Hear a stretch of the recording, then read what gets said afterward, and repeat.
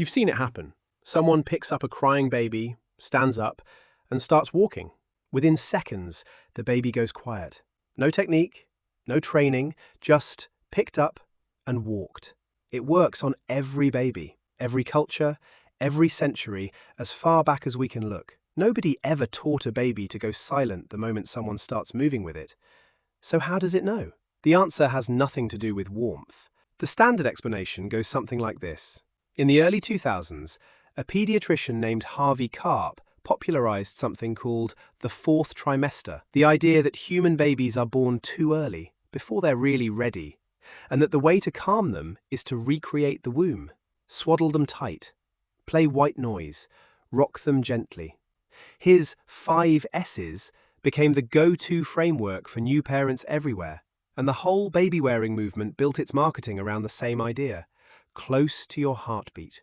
And it's not wrong. These things do work. But Karp's explanation skips over something. Why is the womb an environment of constant motion, constant noise, constant pressure in the first place? What kind of environment is that exactly? In 2013, a team led by Gianluca Esposito ran an experiment that changed the picture.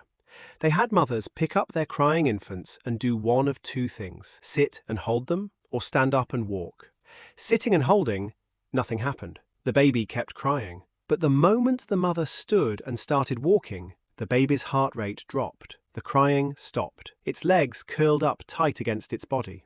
The key variable wasn't being held. It was being carried while someone moved. Then they ran the same experiment on mice. A mother mouse picks up her pup by the scruff of its neck, and the instant she lifts it, the pup goes completely limp. Its legs tuck in. It stops making any sound. 1 second it's squirming, wriggling, letting out these high-pitched calls, and the next, it's a ragdoll, like a switch got flipped somewhere inside it. The same response across species.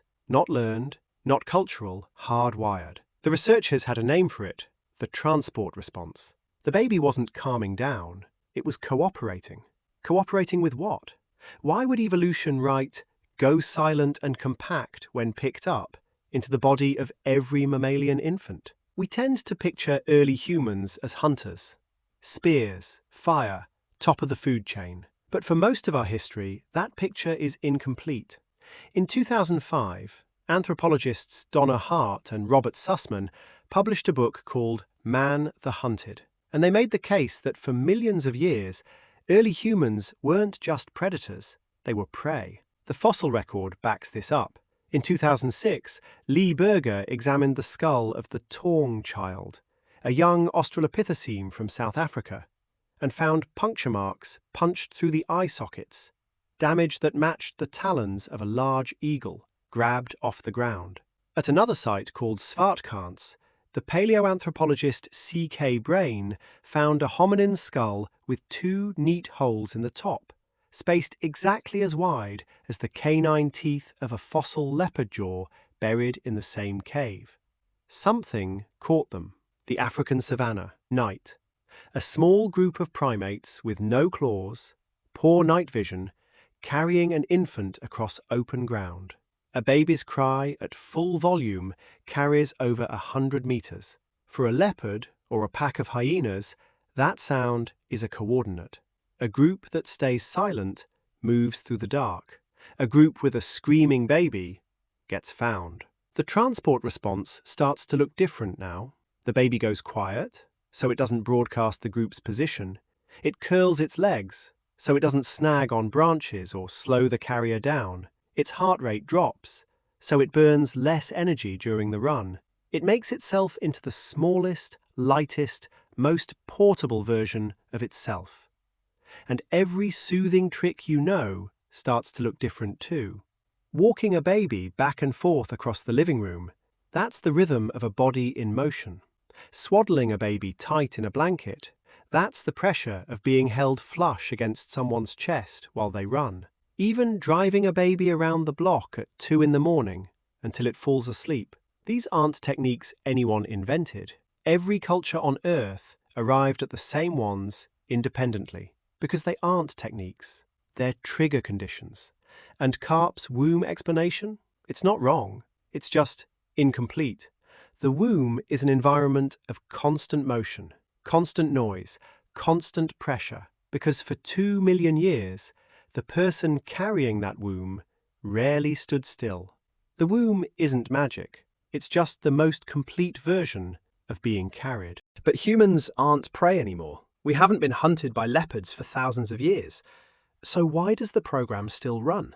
Because 10,000 years of civilization is nothing against 2 million years of predation pressure.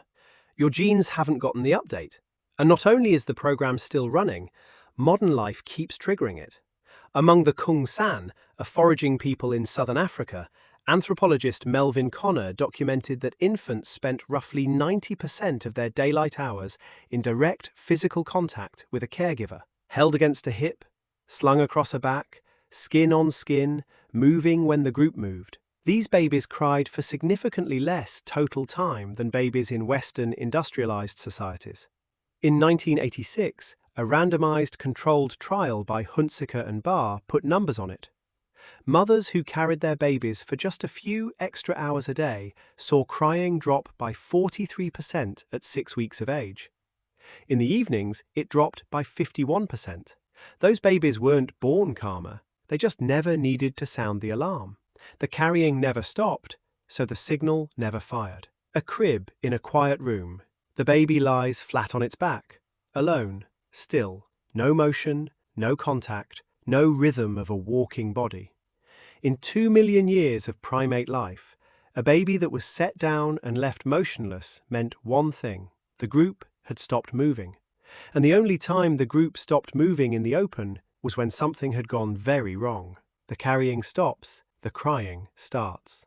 Tonight, or some night soon, a baby will cry. Someone will pick it up, stand, and start walking, and the baby will go quiet. Not because that person did something right, because 1 million years ago, when a baby was picked up and the person holding it started to move, it meant only one thing: something was coming. The babies that kept crying gave the group away. Every predator in earshot knew exactly where to look. The ones who went quiet, they're your ancestors. That cry you heard at 3 in the morning, it wasn't about milk. It was asking a much older question. Why did you stop moving?